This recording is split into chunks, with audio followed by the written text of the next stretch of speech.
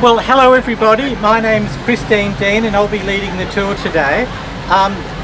If there are any factual inconsistencies, please feel free to pick me up and we'll have a dialogue about, memories and recollections. You might have a particular memory of going somewhere some night and whatever, and feel free to just jump in with comments. Maybe I'll start by saying that this is Gadigal land and Oxford Street is originally a Gadigal track. So it's important to note that most of the streets in Sydney were Indigenous tracks. Some headed from Botany Bay to Port Jackson, heading north-south, and the others heading east-west like Oxford Street and Parramatta Road were all part of the Gadigal Road network.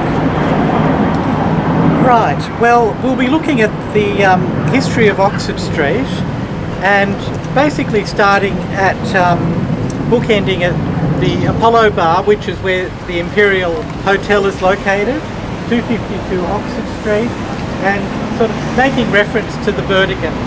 So we'll be talking about the Golden Mile as opposed to the Glittering Mile. So make sure not to get the Golden Mile and the Glittering Mile mixed up. The Glittering Mile is of course King's Cross and the Golden Mile is Oxford Street, two things which often get mixed up there. So there'll be a little bit of terminology and things like that. So basically we'll be looking at the history from the early 1970s to the 1990s, although of course the gay history of Oxford Street goes much further back. If you read Gary Wotherspoon's book, it certainly goes back as far as the 1860s. And in those days, a lot of young men who didn't want to work on farms or building fences or whatever worked in the haberdashery field on Oxford Street, which became a centre for clothing. And apparently there was quite some traffic between the soldiers at Victoria Barracks, which we'll be walking past, and the 19th century young men that worked on Oxford Street in clothing stores. So it goes back way back into the 19th century. But the period we're looking at really is much later. And so some of the key themes that I've got here on my list is Neville Wran, AIDS, decriminalisation. Maybe think about what was the best year for the Mardi Gras, the best float ever. Does anyone have a year or an individual float that they would give the award to, looking back at it all in retrospect? The Casso float. Okay, what year was that? I have no idea. 80s. 80s, okay. Any other ones? Fred Nile's head on a platter. Fred Nile's head on a platter. That's good. Okay, hold on, we'll just deal with this one first. Fred Nile's head on the platter. So that was the 89 float, and I'd certainly give it to that one too. I often thought how wonderful Gladys Berejiklian's head would have looked on a platter. She certainly had the profile for it. But I think there's another one with its head on the platter whose name we won't remember in 2 weeks. Well, the interesting thing about Fred Nile's head, it was actually Divine's head too. It was the same head. Divine and Fred Nile were the same head. As far as I remember, they were the same head. I'm sure they did a lot of recycling back in the day. So 94 things started becoming a lot more commercial, the commercialisation of queer culture, and certainly shortly after that, floats like the ANZ float, the military float, and then eventually Airbnb and things like that sadly became the biggest floats. And if you want more information on that, come to my lecture on the commodification of queer culture, which I call Queersploitation. Okay, so right, well that's sort of a good sort of beginning to it, I suppose. So here we are at the Paddington Town Hall, this sort of large, late Victorian wedding cake of a building, built in, I think, 1891, and opened officially by Henry Parkes. Henry Parkes, father of Federation. There's a wonderful statue of Henry Parkes in Centennial Park, and I remember finding a father there who was talking to his children, and he said, "This is Captain Cook," and I thought, no, this is not. He doesn't even look like Captain Cook. But history is quite malleable, isn't it, folks? Okay, so we'll start off here in the era of the counterculture, Billy Thorpe and the Aztecs, the hippie movement in Paddington. And Paddington first started to change in 1964 with the organisation of the Paddington Society, which was the first group that really looked at the heritage value of terrace houses and things like that. So in many ways it was because of the Paddington Society that it didn't end up like Redfern and a lot of Paddington being demolished. So with the counterculture, the hippies sort of moving into Paddington, parties started at the Paddington Town Hall around 1970. But they were the hippie sort of era rather than sort of the queer era, but really one led to the other. And after all, gay culture is very much about civil rights, so it became part of the civil rights movement.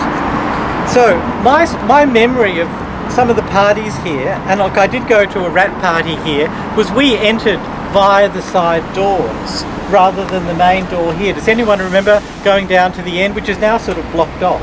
That was the main entry point rather than the front. And so the parties would come and go at the side, and we'll walk past those doors in a minute. So they started having camp dances here in the early 70s, followed by gay lib dances, and these were connected to early groups and organisations, which eventually became absorbed into the Mardi Gras organisation itself. And so the rat party started here.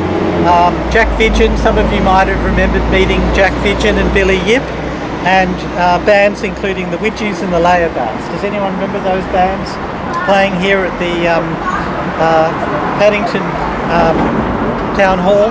And Wendy Saddington. And Wendy Saddington, yep, she lived in Paddington She as was well. a lesbian. And the Synthetics She- performed with Wendy. Right, okay, well that's great, thank you for that.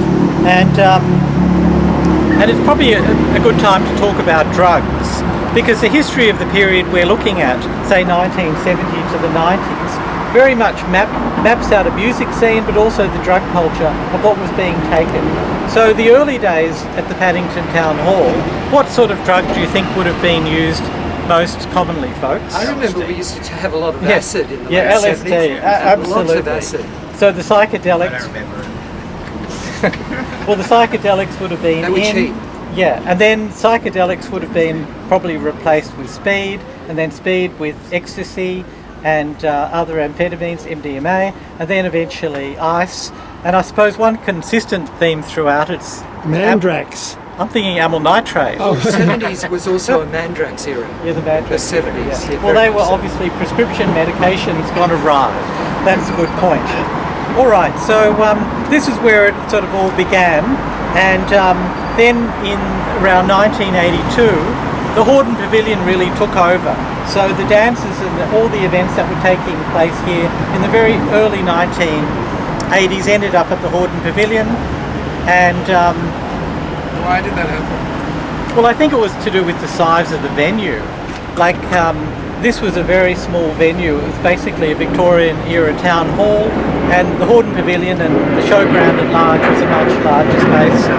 And then they also had the Hall of Trades and Industries, and you know, the early Mardi Gras, people could wander through the whole area of the showground, which was certainly large. Oh, thank you for that. First sleazeball was actually here too. I worked on it. I did the lighting. But you could tell already it was packed. So the second one had to go somewhere else. Yeah. What do you think the capacity? I have no idea, but it was packed. Probably I remember about it being packed. 1,500 or 2,000 at Yeah, the because most. I've read, because I think the sleazeballs, they ended up 17,000 Oh, people would go to huge. them. It's huge, yeah. Right. So, and let's maybe, I'll make a point about artworks as well. Hopefully you've all seen the exhibition, The Party at UNSW Galleries, which this talk is connected to. Oh, I forgot to thank Wallara Council. Oh, yes. Thank you, Wallara Council. Our council. And so you might see some of the artworks, posters designed by various people, including Bill Morley, and costumes and things like that, which are all in the exhibition. Some of the posters date from the parties here at the Paddington Town Hall, and they were very kind of crudely done, one or two colour screen prints, but they really kind of evoked a certain DIY spirit of the age. All right, well, let's make our way down Oxford Street, and we'll proceed from there.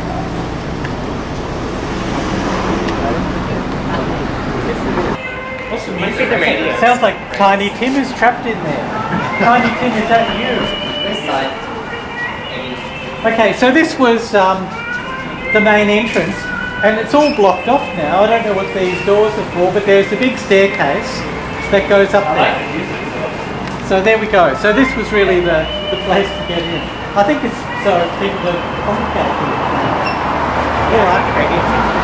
Well, let's keep walking down the street and we'll see where it goes. Okay, well, just a few words about Victoria Barracks.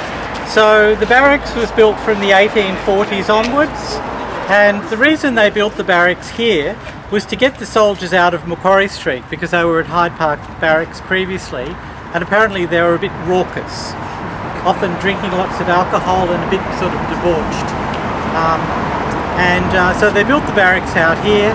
Many of the cottages here were the stonemasons, workers who built the barracks. They still exist.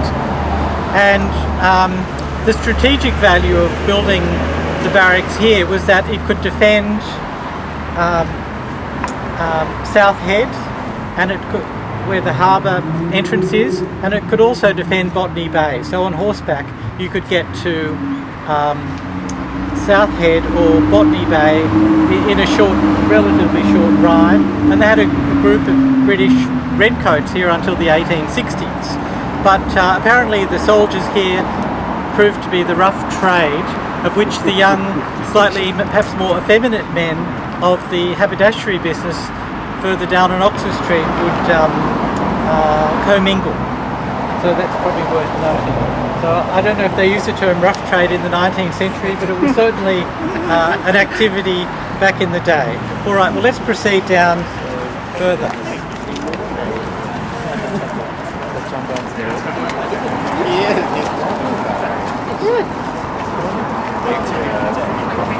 Okay, so now we're heading down to the more kind of gritty part of Oxford Street, so we can talk about a lot more sort of venues, but we're just opposite the Unicorn Hotel, and like a lot of the venues here, it's had somewhat of a checkered history. It was a mixed bar, so it was part gay, part sort of general public, part straight, but apparently it also had a period when it was sort of the home of the clones. So we'll be talking about a few venues where clones were very predominant, including the Midnight Shift and the Beresford, and we perhaps might need a definition of what a clone is. Yeah, Can anyone help me with the definition? I think, were they the guys that wear the white Bonds top and the jeans? Yep. It was came directly from the American culture, New York and San Francisco in the late 70s. Moustaches, 501 jeans with one button undone to show that you were available. Bandanas, bandana codes for different sexual things Hold you're on, into. could you turn around? Does that mean you're active or passive? In Australia and in the United States, it means I'm passive. Oh, really? In the UK, it's around the other way, I believe, or was. I think they might have got their act together more recently. Well, this is hold on, it's my talk, darling. So thank you for your definition of the clone. And there's a wonderful artwork by the artist David McDermott called Juicy Fruit, and in it he critiques the clones. It's an artwork from 1977, and it's surrounded by, it's a collage with pieces from the personal classified ads and all the appalling cliches that they used to use in those personal classified ads. And I won't go into them now because some of them are racist and sexist and whatever. So the clone culture sort of migrated here for a while, and it was very much about this hypermasculinity. One term that always struck me as being quite odd with the personal classified ads was when they used to use the term masculine acting, and I'd always think, why don't they just say masculine? Like, why do they have to be acting masculine? It seems a little bit flimsy. Maybe they're not so sure about their masculinity. Who knows? Maybe it's all an act. So they came here, and they often had a leather jacket, waistcoat on as well. And look, they were sort of very narrow. It was an early form of gay marketing to some extent, but also you'd often see on many bars around the place, no drag, they had a dress code, no cologne, remember the no cologne thing? No heels, and certainly in my case I had guys say to me, if I was dressed in op shop drag, you'll never get a boyfriend dressed like that, and they were usually the clones, or they'd say something like, hi grandma, so it was not very kind. A lot of guys wanted to meet guys that were pretty straight looking. They didn't want effeminate queens as a boyfriend or as a partner, because they'd give the game away. And you've got to remember then, it was still illegal. Yeah, well that's right, we'll talk And about... so they wanted people who were kind of similar to them. Yeah, well the whole legal thing, 1984 was the turning point. Yeah. And yeah, look, it is interesting, but straight men, like the whole straight men thing. Anyway, that's a whole other lecture topic, isn't it? God, talking about straight men. Okay, thank you for your question, Stephen.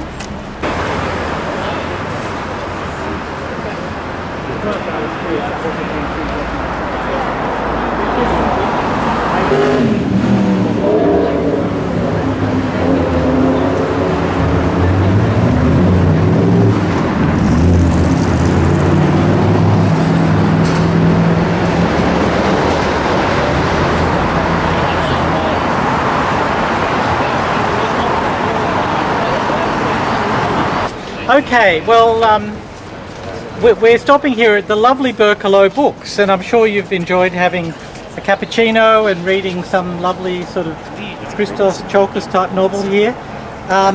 But this was the site of the first Club 80. And Club 80, I always liked the way they pronounced it. It wasn't like two words as Club 80. It was one word. Did you hear them say that? Club 80? It was something that had almost become a colloquialism into one word. So Club 80 was a very famous sex on premises venue, and they had two iterations of Club 80. There was one here and then one further down much later behind Capriccio's. And there was a famous police raid here in 1983, and I remember speaking to guys that went here. Apparently they would kind of have a lot of group sex, and I think there was a thing called the choo-choo train. Well, that's what at least I was told. Apparently the day the police did the raid, the choo-choo train was in full swing. Well, so it would have been a rather undignified sort of moment for some people, I'm sure. And this was in the days of Neville Wran, who was the Premier of New South Wales. It was 1 year before the decriminalisation of male homosexuality, so it was seen as a political stunt. It was also a problem with the police doing their own thing, and I think after 1984 the Labor government really had to rein in the police, who were basically criminals. The police corruption was at an all-time high, and when we walk past the police station here in Darlinghurst, I'll say a little bit more about police corruption, but certainly this was a very famous sex on premises venue. Now, I all presume you know the difference between a dry sauna and a wet sauna. Yes. You don't know the difference? I don't really know. Well, now can anyone fill me in on their thoughts? What's the difference between The wet sauna has all the steam and you're sweating. Oh, well, you would in the dry sauna as well. Yeah. So the dry sauna is just a hot We're not talking bodily fluids. a hot room. So the wet sauna is full of the steam, and the dry sauna is just a hot room, which is so hot it makes you sweat. Because that's the idea, it cleans out your pores. So one has sort of showers and a swimming pool and a sauna, and the others don't. And generally the dry sauna is kind of cheap and tacky end. This was a wet sauna, apparently. And I'm sure we've all got lots of stories about saunas to tell, but I think if we went around one by one, we'll be here till midnight. So let's proceed. One calls up the sauna, Tony. Christine, do you have 253?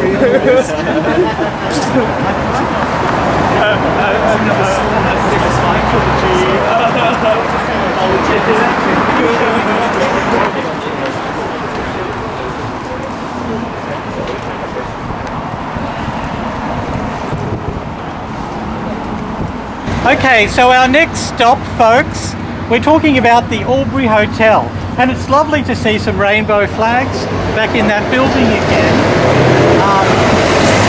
So there they are, someone's put up some rainbow flags, maybe in reference to its history.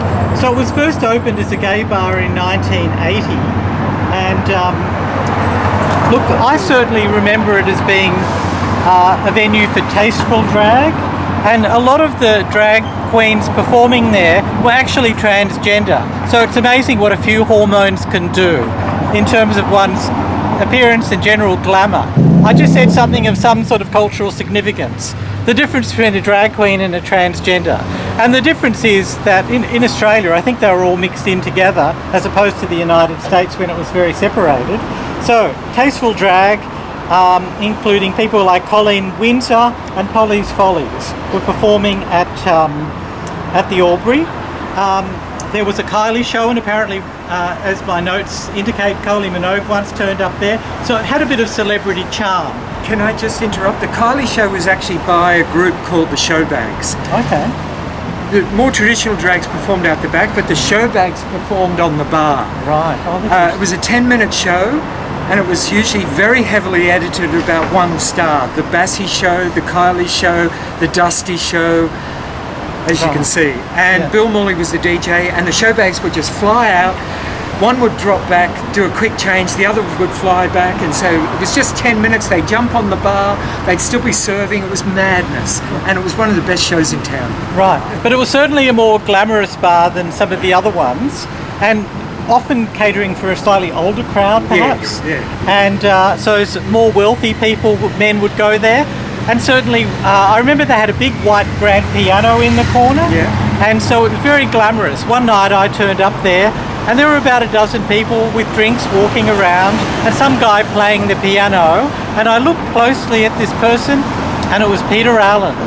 And I just thought, it was Peter Allen. And I thought, this is unreal. Like, he'd obviously come back from the States. I don't think he was well. He went back to the States shortly afterwards. This could have been maybe 89, 90. So it had that sort of glamour, and they just treated Peter Allen like he was part of the woodwork. So he must have known the management at the time. Yeah, so there we go. So that's a little bit about my recollections of the Albury. Anyone have any other comments about the Albury or anything like that? No? All right, well, The Showbags were Cindy Pastel 3D and the beautifully named Pat Gently. I haven't heard of her. Wow. Twisty, also called Twisty. And it's been sad what happened to the Albury. You know, it's sort of moved from pillar to post in terms of there was a sports store there at one stage selling Nike shoes. And the odd thing about the Albury, something that always struck me and a lot of people involved in town planning, urbanism, if you look at what the architects did, you know, architects often make some weird sort of design choices. And people did make a comment about the stylistic similarity between the St Vincent's Hospital wing with that curved front and the Albury. Well, you can imagine some of the black humour that talked about this connection, especially in the era of AIDS. All right, let's proceed further.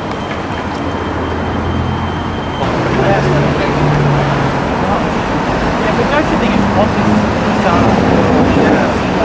hold on, everyone.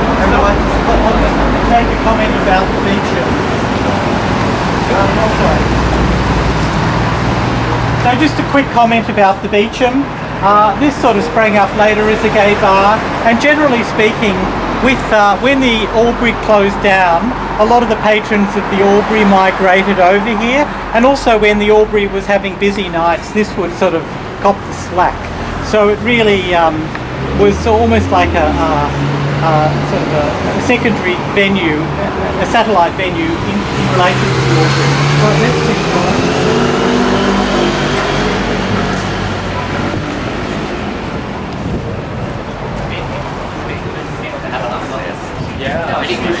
There are a couple of little venues and spots here that I'd like to talk about.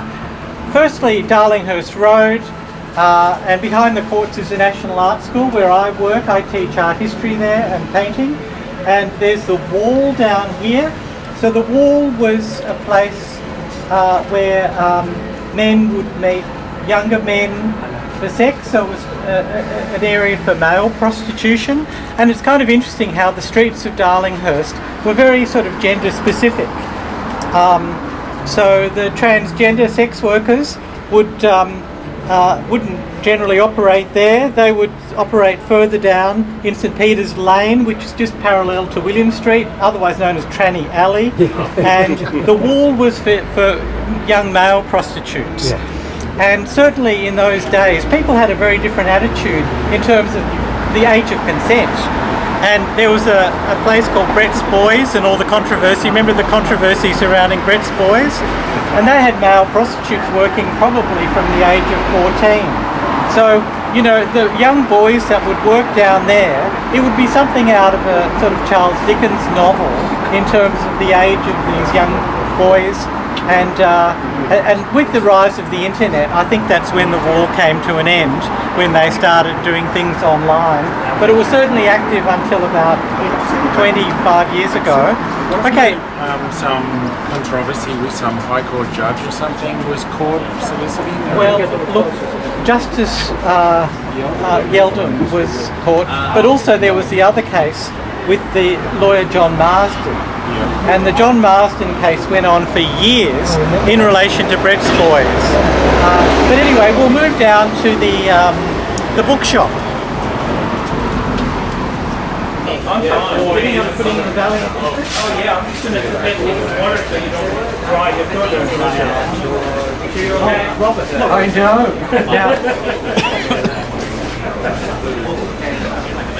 Now, oh, this is great. Now, we're standing here at the bookshop Darlinghurst, and by the way, this person's name is Robert Lake, and Robert, thank you for all your help. But I just want to put a plug in here, not a butt plug, however. Goes further down the street. I mean, like what's another word for that? You've like lost me. a promo. Anyway, Robert recently curated an exhibition called, well, the original was called Dead Gay Artists, and this was called More Being Boring. Being after Boring. the Pet Shop Boys song. but also Dead Gay Artists. More Dead Gay Yeah. Artists. It was a second part. And as I said to Gary Carsley, he said, I ain't going in that show. And I said, it's a growing demographic. Okay, so that's the catalogue there for Robert's exhibition, which was on at the Darren Knight Gallery during War Pride. Okay, so this site's of some significance. Originally, it was opened in 1979 as Exiles. And the word exile is kind of sad, really, because it implies that you've been kicked out of somewhere and you're forced to relocate and that sort of thing. So it was Exiles Bookshop and Gallery. And up above this building is quite a big space, which I think is used as storage now.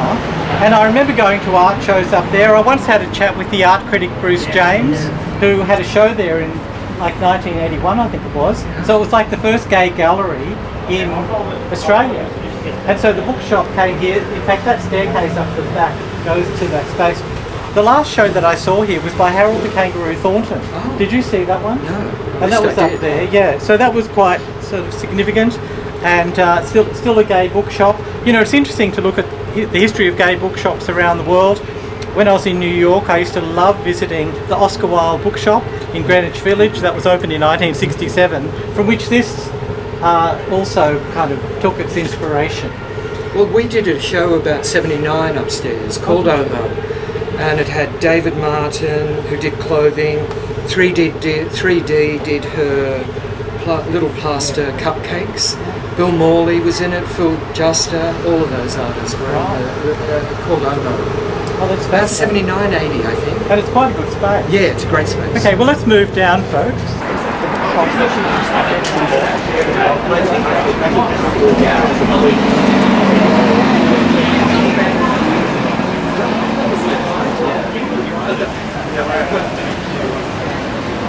Okay, so here we are on the corner of Flinders and Oxford Street, and it's sort of a quite significant spot.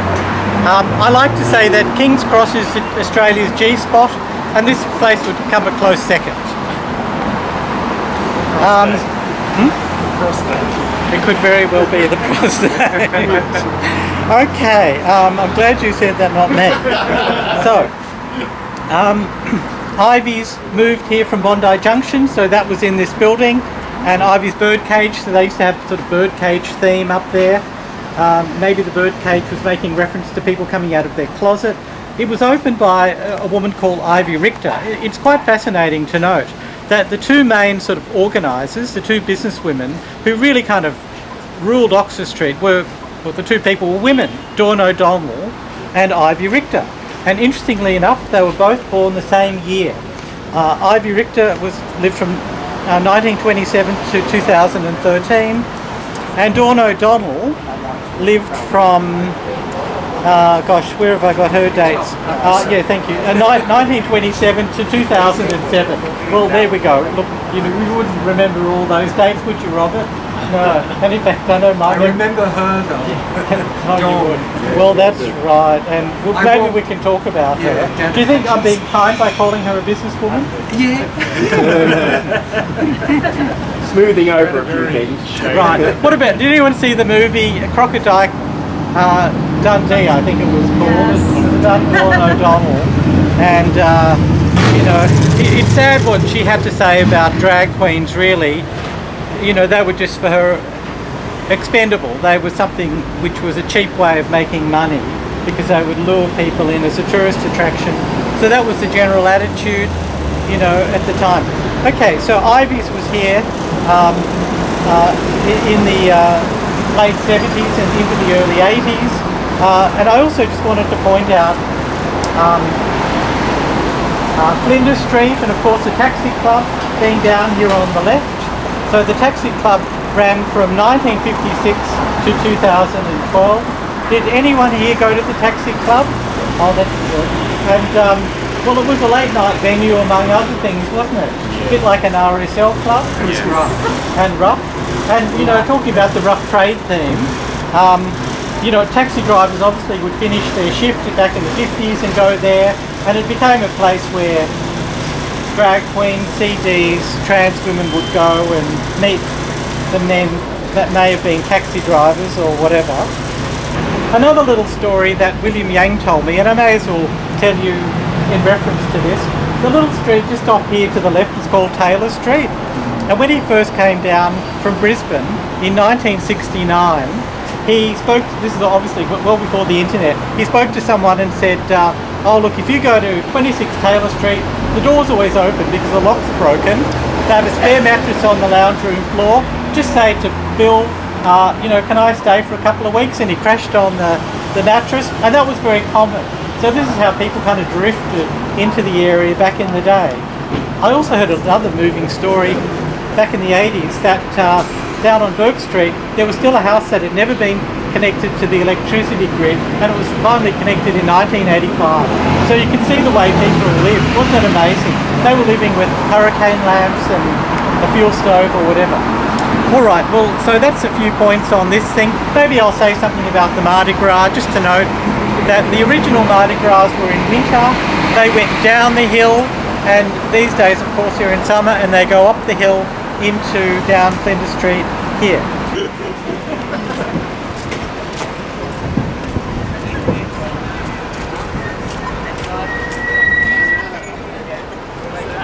Christina, see if we'll get across. Why would you choose not to print it? Well, I'm just going to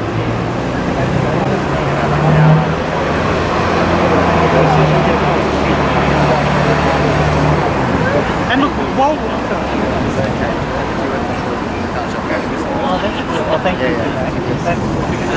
That physical bird Yeah, I think it's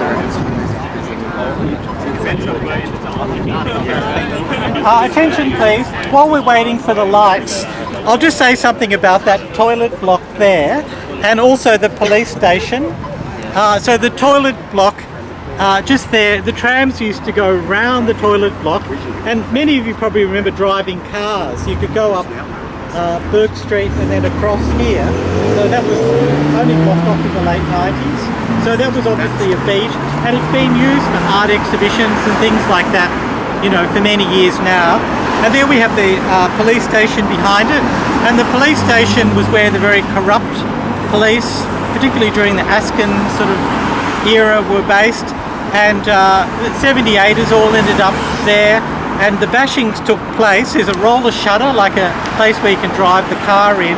That's where the people who physically got bashed, the ones that they thought were the leaders, you know. So it's important to note the police station right there. I'll just make a point about Kinsellas. There's Kinsellas right there. I'm sure many of you have been there. So, Kinsellas was a funeral parlour for many years, run by the Kinsella family, and so it's got a lot of sort of Art Deco architecture that's been kept there. It became a bar. Gosh, when did Kinsellas become a bar? Sellers. We'll have to really. 1982. Was it in the 82? Yeah. And Check my notes. certainly it's had a checkered history as well.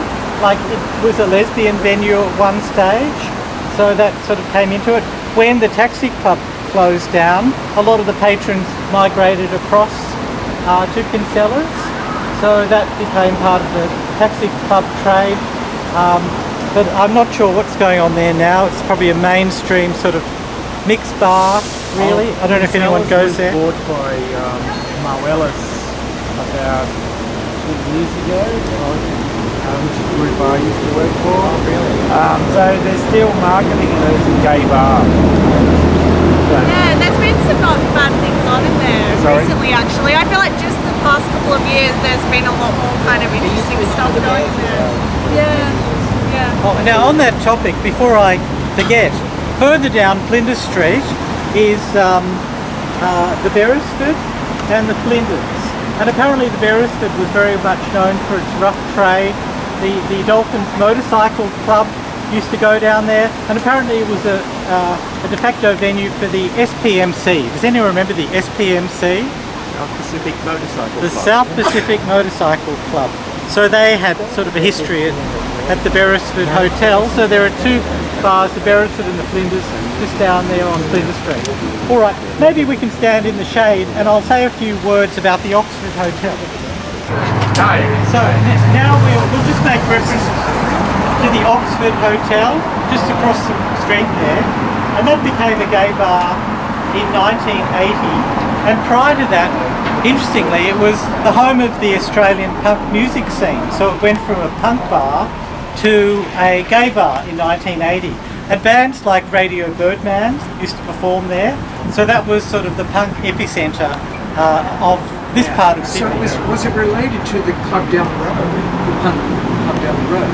Robert, I just wanted to make the punk connection, Radio Birdman, and then eventually the gay bar. I think like a lot of the venues here, they became almost male only. So that the Shift and the Oxford for a while were sort of almost like a men's only bar, and that's a little bit about the history of that. Okay, let's keep going down. Christine, one little fact, just somewhere here in Taylor Square in the early 60s there was a place called Beetle Village, and that was where the Easy Beats really? got their start. Oh, that's so interesting. Somewhere here, I don't know where it I'll have to was. look that up. Yeah. Thank you. Welcome to Daily Jocks, place to buy your G-string these days, or your jock strap, I should say. That's right. I have to get the difference between the jock strap and the G-string, don't I? One's open at the back, I think.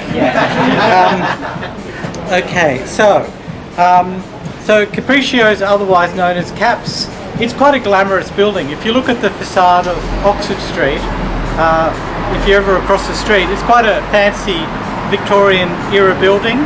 Just a note about the plan of Oxford Street. In 1918, all of the buildings on the south side of Oxford Street here were demolished and rebuilt to widen this street into the boulevard that it is today. So the buildings on that side, they're all very standardised and they're not as old as this side. So that's something to note. So Capriccio's or Caps was a very stylish, big, grand building. 163 Oxford Street. First opened as a bar in 1969, and it probably lasted until the early 1980s. It was a venue for what I thought was the older crowd. Certainly when I started coming to Oxford Street in 1982, the younger people would go down that end and the older ones would come up here. And when I say old, I mean anyone over 25. Now, I know you like the story about the wet and the dry sauna, and when Club 80 was redone, they moved into the back of this place as well. So that was Club 80 Mark II, and there are a lot of very glamorous drag shows here. Capriccio's was sort of like the glamour bar, which kind of got taken over by the Aubrey, so there was that sort of connection with regard to the type of drag shows and clientele.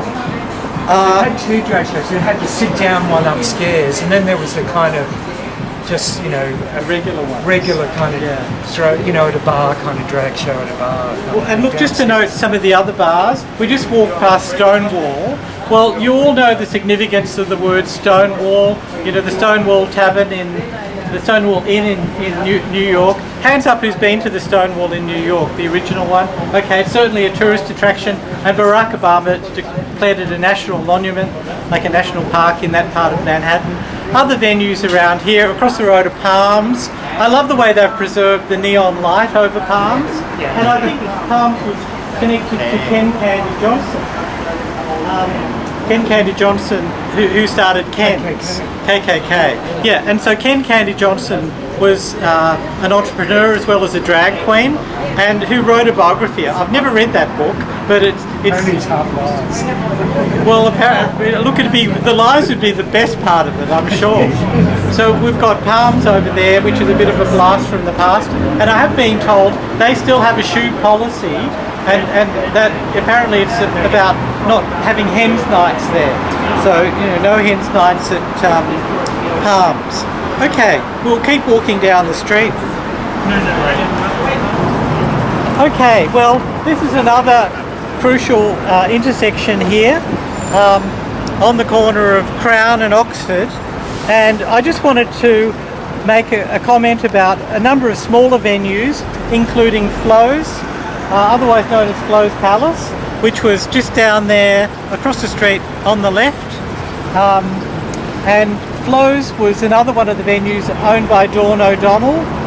It was also like a disco and quite a small cramped space, if I remember correctly. There was another one across the road called Pete's Beat, and in fact when I was preparing this I thought that was Flo's and I thought that was Pete's Beat, and I seem to remember Flo's had like a Dame Edna style glasses as their logo. I don't know if you remember that. Anyway, so these were like the smaller venues. They were kind of cheap, trashy, with Flo's and Pete's Beat. They were running through the late 70s into the mid 80s, and they had a different license to the other bars. So like the Taxi Club, they could stay open later. They were like the late night bars, and they would stay open till like 3 or 4 in the morning. Pete's Beat, the one across the road there's a steep staircase that goes down, and it's pretty much unchanged. If you ever look in that window, you can get a real glimpse of what it would have been like. One of the tragedies of Oxford Street, and it's something that troubles me, is the murder of a trans woman called Wendy Wayne. And Wendy Wayne performed at Pete's Beat, and she was shot through the back of her head in her flat on Darlinghurst Road, execution style, and it's an unsolved murder. So that was one of the sort of trans murders. Look, I'll say something about the trans murders in contrast to the gay murders. If you're transgender, the likelihood is if you get murdered, you don't have to leave your own home. So that's one of the tragedies, and it certainly happened to poor old Wendy Wayne in 1985. Another venue that I'll just make reference to while I'm here is a venue just down there on the other side of the road, which used to be Ruby's, Ruby Red's, a very well-known lesbian bar, so it's basically a women's only bar. Dawn owned again. Dawn owned that as well. And when Ruby's closed, they moved to Surrey Hills, near the corner of Cleveland and Elizabeth. And I remember going to Ruby's, and I didn't feel that particularly comfortable there, because as I like to say to my students, that I don't have a lesbian bone in my body. There we go. But I remember the floor show. They came out on motorcycles and did Leader of the Pack. That was the thing. Then eventually that place became headquarters, and now it's a place that I understand is called Trade. Maybe they've tidied it up a little bit, from the headquarters era, but I did do a tour of Oxford Street many years ago with some of my work colleagues who are all straight, by the way, and it was a hot summer's day, and I got them down there opposite, just in front of headquarters. The door was open, and I said, now take a deep breath, and they went, and I said, that is the smell of yesterday's cum and a spilt bottle of amyl nitrate. It was rank. Right, I think on that note we can proceed.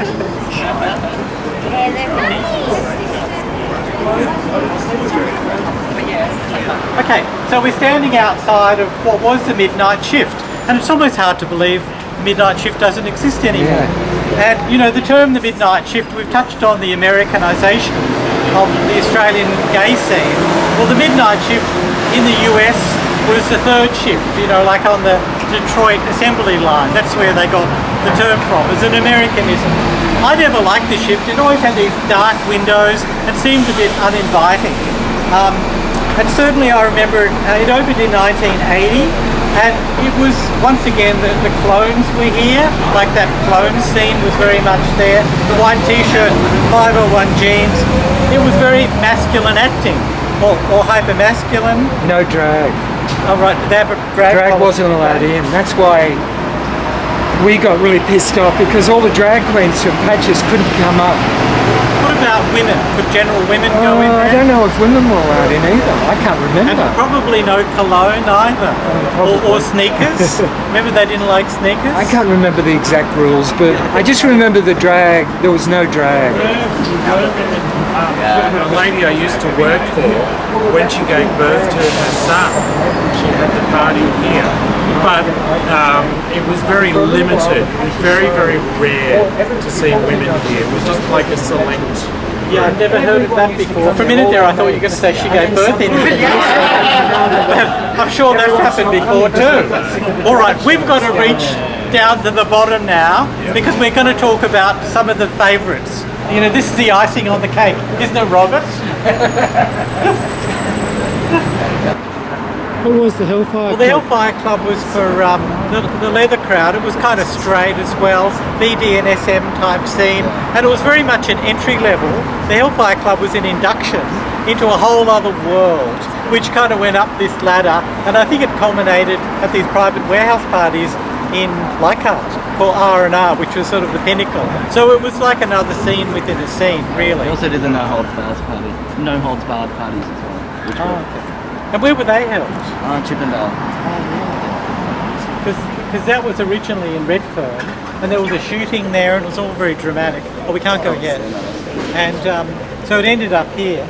Well, I'll just finish the talk in this area. So we reached the bottom of Oxford Street, and the three venues that I wanted to make reference to were Patches, which became DCM.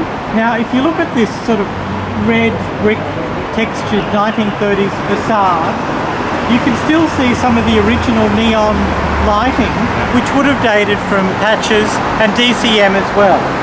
So, it opened as Patches in 1975, and I was actually surprised that it opened so early. 1975, you know, it's very early on in the piece, and I think Patches really lasted until about 1985. Then it became DCM in the later 80s and into the 90s, and look what it is now. Pure discount. Pure trash on Oxford Street. That's the Mediterranean.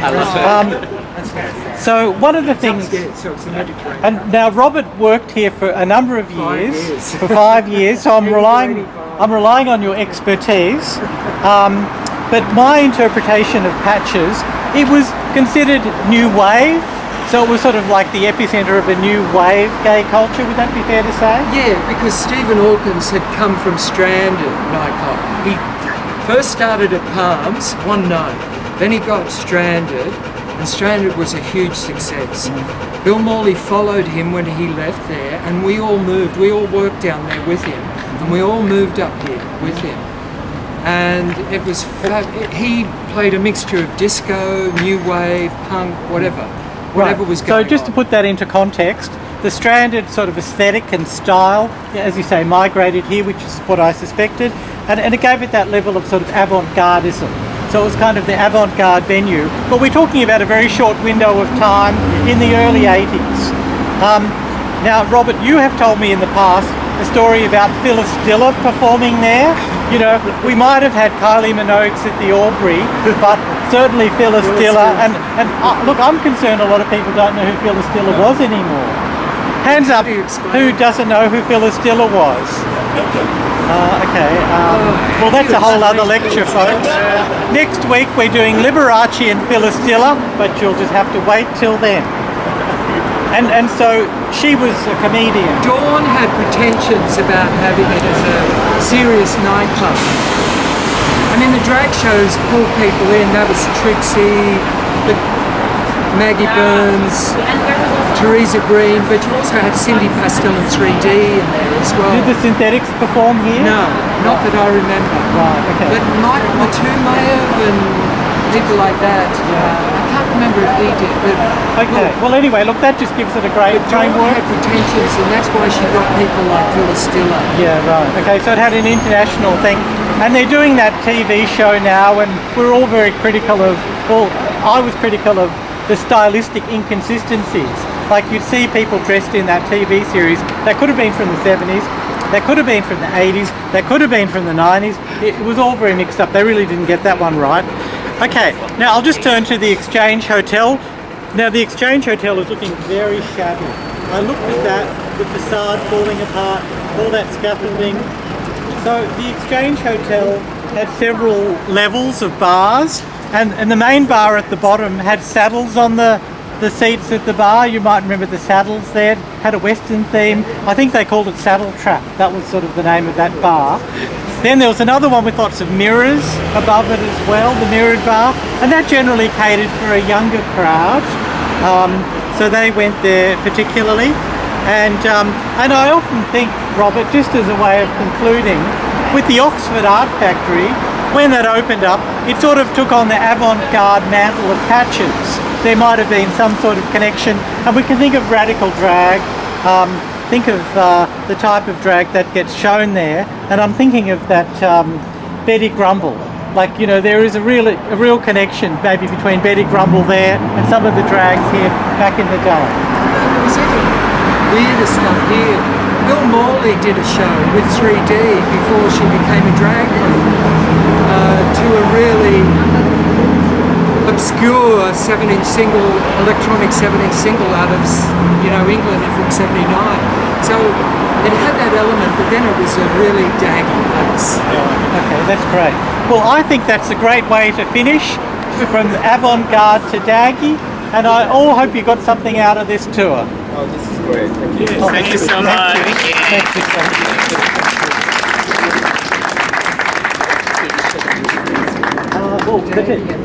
What's the TV show we're talking about? It's about AIDS. What's In that? Our Blood. In Our Blood. Thank that's a you. new In Our Blood. It's on at the moment. Yeah. There we go. It's on ABC. Oh well.